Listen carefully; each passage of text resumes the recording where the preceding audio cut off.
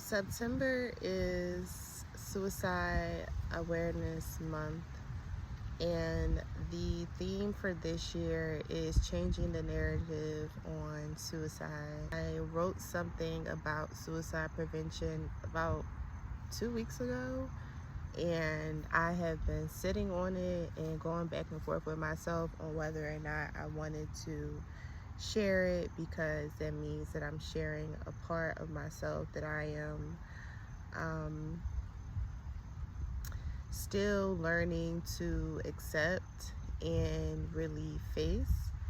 Shout out to Simone, official Version Brain, for her post that she shared about her story, and it really kind of like motivated me to do this video, because I high-key was going to approach it from a place of like, here are some suicide prevention tips, and just leave it at that and not really get personal with it. But I need to, because not only am I telling my story, but I'm also telling the story of my bloodline.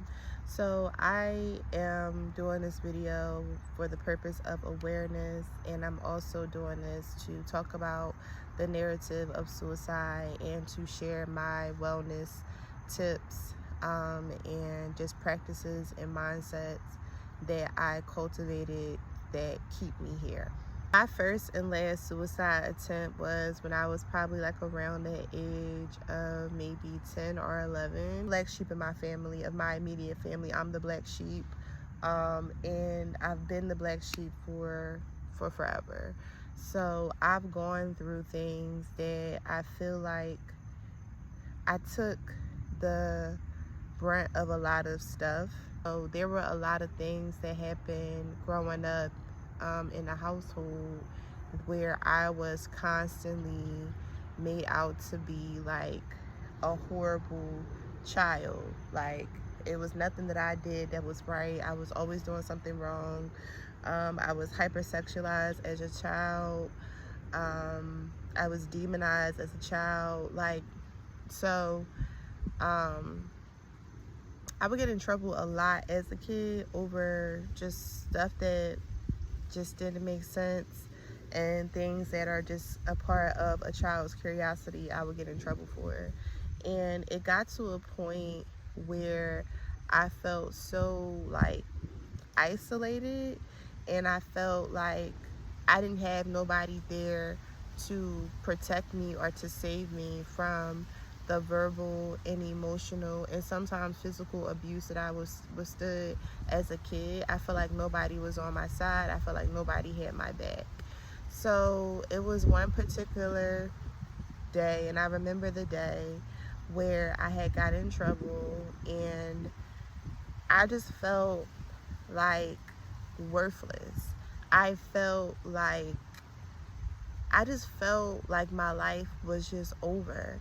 And from that day on, I consistently have gotten to a point where I just feel like I mean nothing to the world, and that I am a bother, and that, you know, I'm just wrong in all ways, and I'm getting emotional, but I'm gonna push through it, and I'm just gonna keep talking because I need to do this. And so that's a lot to feel as a child, not being able to defend myself and nobody being there to defend me. So this particular instance that I got in trouble, and it was like one of those things of like waiting for my mom to get home to do what she was gonna do to me and blah blah blah. And I said to myself, you ain't gonna be able to do what you said you're gonna do to me, because I'm gonna be dead before you get here. Like, I'm just gonna be dead. I'm just gonna kill myself. And I remember just kind of like panicking, and I remember just kind of like really just sitting on the floor. And it was my first time dealing with like immense sadness that I feel like people who are suicidal feel, like the type of sadness that is like suffocating. Like, it's sadness to where it's just like you can't do anything. Is debilitating.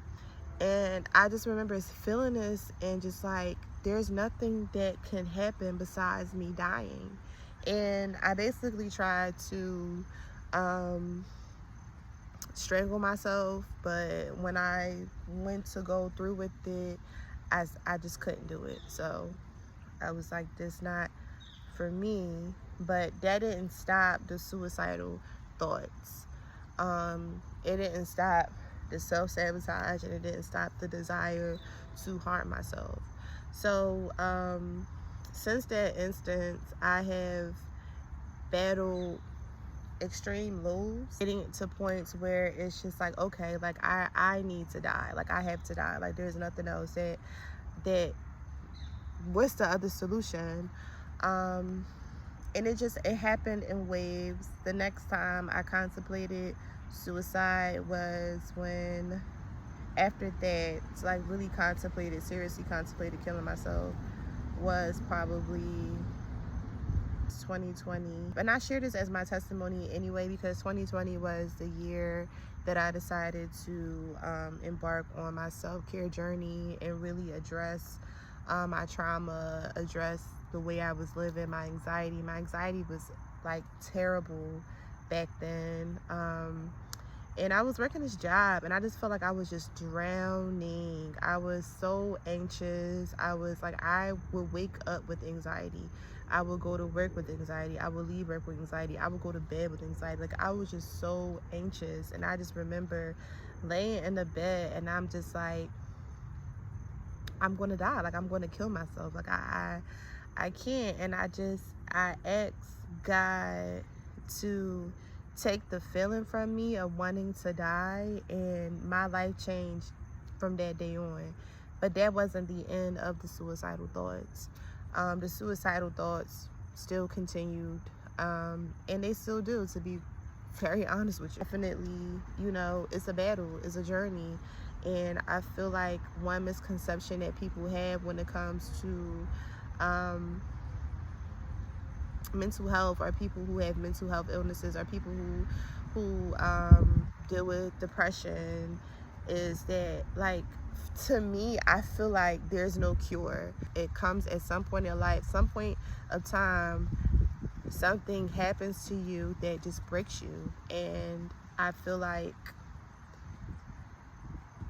I don't think that you ever really get out of it. I think it's always going to be a part of you. And I think that the journey is to just grow with it. And it's kind of like a birthmark, or like a mole on your body. Is always going to be there, in your life. But you just have to learn to love it. You just have to learn to, not be ashamed of it. And I feel that's how I feel about my depression. I'm working on loving that part of me. But what keeps me here, what keeps me alive, what keeps me in my body is literally my self-care practices. And I practice radical self-care. I push for radical self-care. A bubble bath ain't gonna cure shit. A day off of a toxic job ain't gonna cure shit. A bottle of wine after a hard day is not gonna cure shit. Like, radical self-care is getting to the root of your issues and pushing yourself to wellness. And so for me, what keeps me here in my self-care practice is mindfulness. And I discovered mindfulness during the pandemic. So when I had basically my moment where I was like contemplating back in 2020 whether or not I was going to kill myself, and I asked for my higher power to take that from me, that day after that was when, again, like I said, I started my self-care journey as well as my spiritual journey.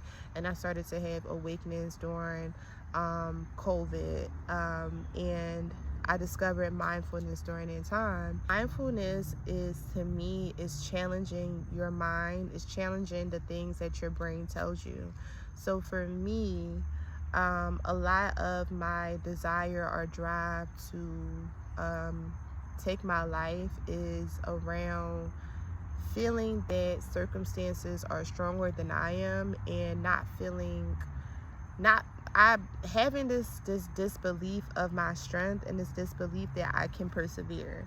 And I don't want to speak for all people who are suicidal, but I do think that what drives a person to want to end their life is a overwhelming circumstance, an overwhelming thought, or even a past trauma that has happened to them that has something in your life at some point has taken advantage of you, and you feel like whatever it is stronger than you are, and you feel like that the only answer is for you to die. Like, you don't feel strong enough, to powerful enough to get through whatever it is that you're going through, whatever has happened to you. It's rooted in self-hatred. I think, I'm just gonna say it, it's self-hatred. I think it's a lack of self-esteem and a lack of self-worth, and it's not your fault.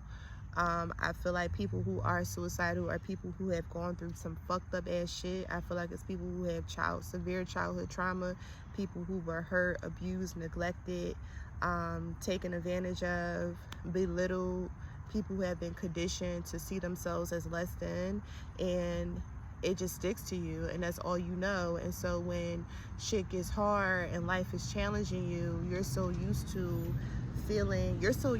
having things on top of you, circumstances riding you, and you not riding the circumstances, and you're just used to making yourself feel so small and just like running and escaping from it. So it's just like the first thing to do is like to think like, oh yeah, like I gotta get out of here, like I really gotta, like I gotta go, I gotta die.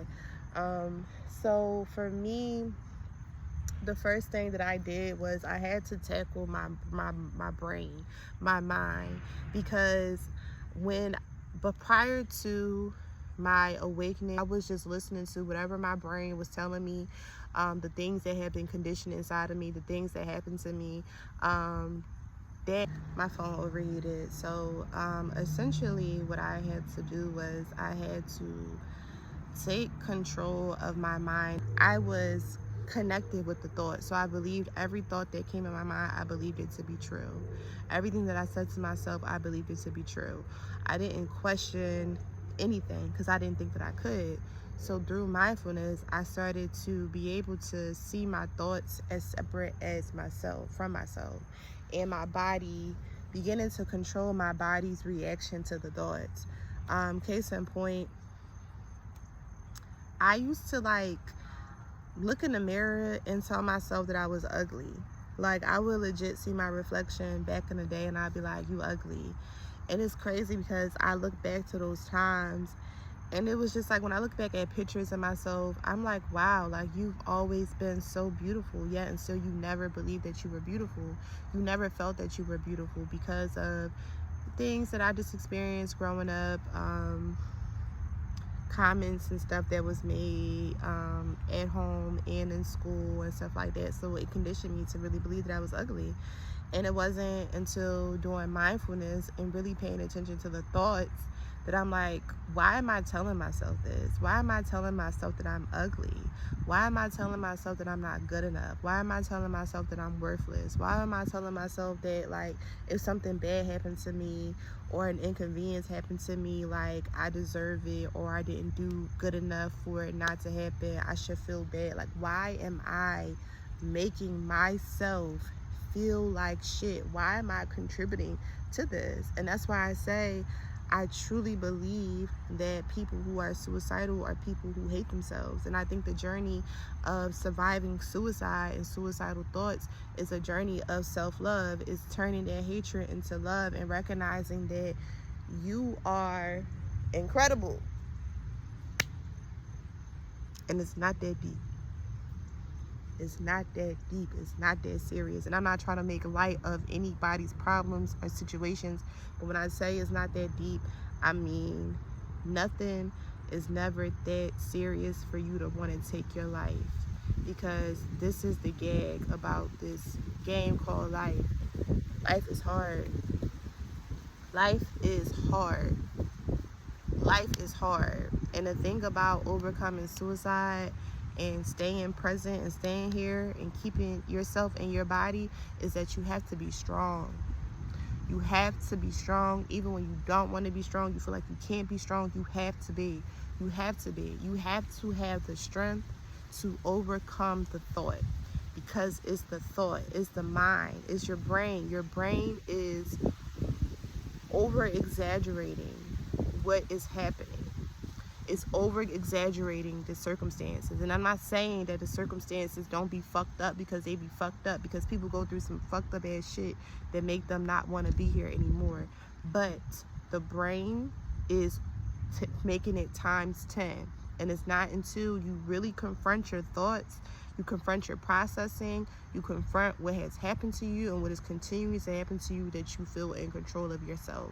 So through mindfulness, I am able to detach myself from my thought. So when a thought comes up that's not a positive thought, that's a negative thought, when something from the past comes up, when I'm reminded of something, of some sort of abuse, some sort of trauma that has happened to me, by me practicing mindfulness, I am able to detach from that and let myself know that that was the past. I am in the present. When I tell myself, or when I begin to feel that I'm not worthy, that I cannot do it, that I'm shit, I'm better off dead, I have to remind myself that is just the thought. That's not the reality.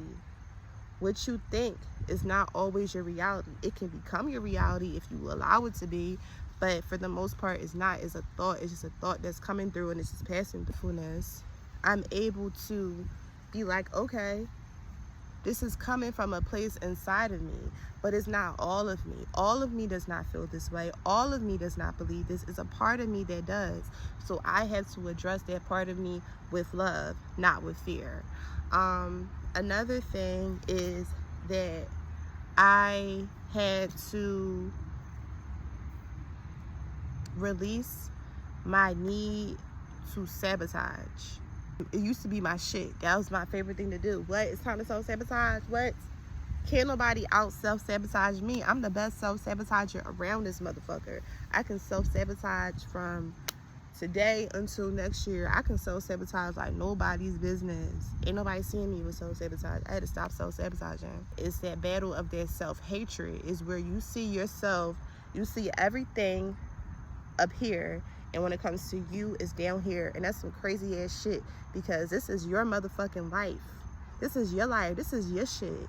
This ain't nobody else shit. This ain't your mama shit, your daddy shit, your abuser, they shit. This is your shit. This is your fucking life. It's your life. How dare you let somebody else, let a circumstance or a motherfucking person make you feel incapable in your own life? And it gets like that. It gets real wicked like that. And when you start to see shit like that from that lens, you start to recognize, hold up, why am I placing all these things above me? Why am I seeing myself as nothing? Why am I believing whoever or whatever convinced me that I was nothing? That love that I did not receive, that abuse that I endured, why am I letting that define me? You cannot let it define you. You have to challenge it. You have to confront it. You have to get real with it. You have to become one with it and not let it overcome you. And that's also something that I have learned how to do through mindfulness. Going through my mind, I am able to go to past events, go to past sufferings, pain in my body, anxiety, hurt, sadness, things that upset me in my body, and I'm able to pull those things up and become one with them. And it hurts like hell. Depression hurts. Anxiety hurts. Self-sabotage hurts. Self-hatred hurts. It hurts really bad in the body. It hurts. It hurts so bad. And when people are mean to you, when people bully you, when bad things happen to you, that hurts even more, right? But you have to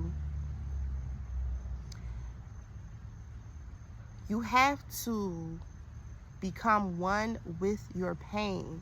That's the only way. That's the only way. You have to become one with your pain. How do you become one with your pain? You just have to go charge towards it. You cannot run from it.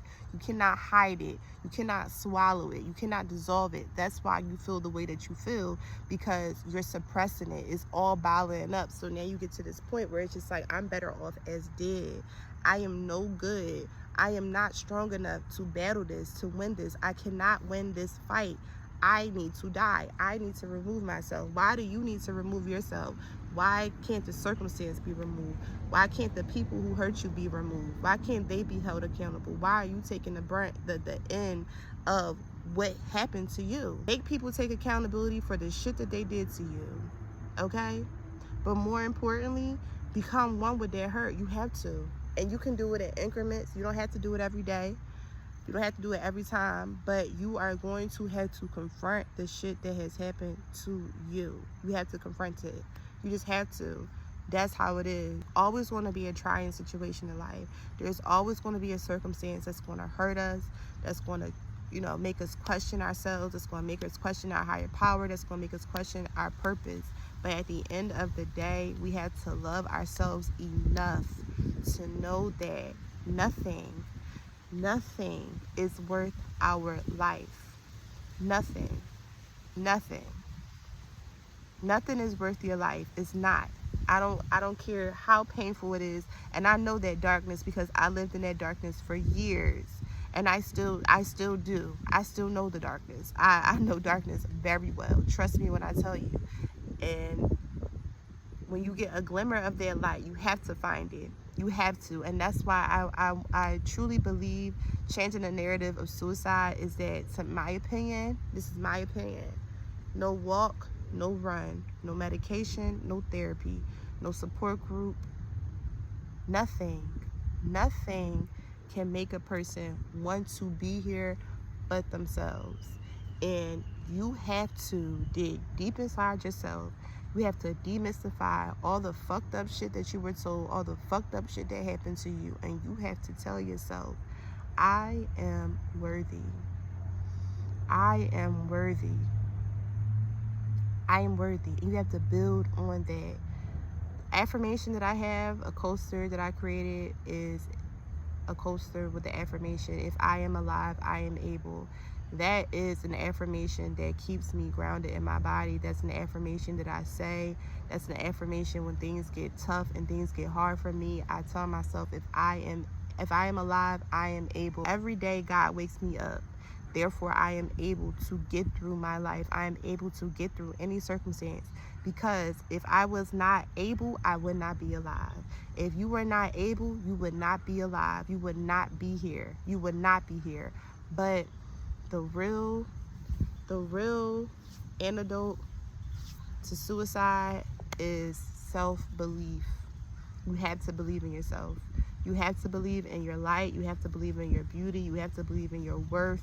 You have to believe in your existence. You have to believe that you belong here in this earth, on this earth. You have to believe that you are deserving of love and healing and happiness. You have to. You have to. And it's worth it. It's so worth it.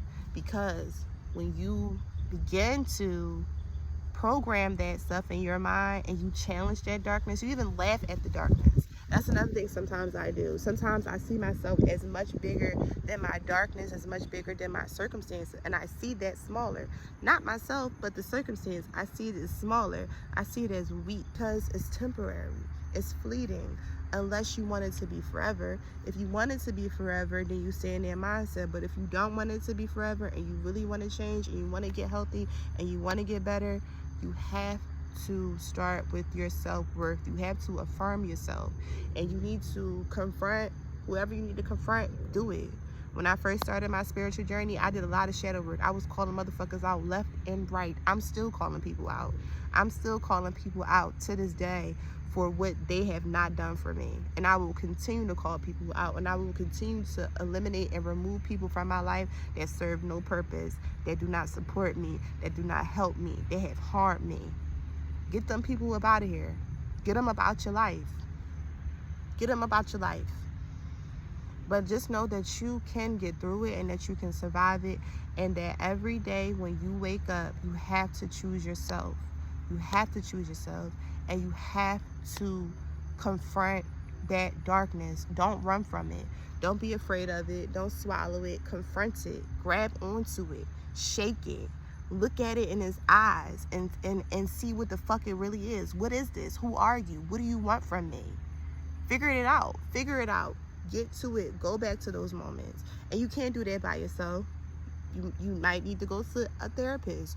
You might need to see a somatic therapist. Talk therapy is not always the answer. So many things that you can do to address the pain, the sadness, and the hurt in your body, but you had to take the initiative to do it. So at the end of the day, it's all in your hands, and you are strong enough to do it, and you are worth it. You can do you. I'm proud of you, and I want you to keep going, and I want you to keep choosing yourself, because I am going to keep going, and I am going to keep choosing myself. No matter how hard it gets, I'm going to keep going, because we deserve to be here, and we deserve to live a pain-free life to the best of our capabilities. You don't deserve to be depressed. You don't deserve to be anxious. You don't deserve to be paranoid. You don't deserve to feel hurt and pain every single day emotionally. You don't deserve that. You don't deserve that. You deserve love. You deserve peace. You deserve happiness. See yourself as deserving of those things, because if other people can have it, so can you. There's nothing about you that's different. Even though people might have made you feel like you don't deserve it, that was dumb. You have to see it in yourself, and you can do it. I want you to do it. I need you to do it.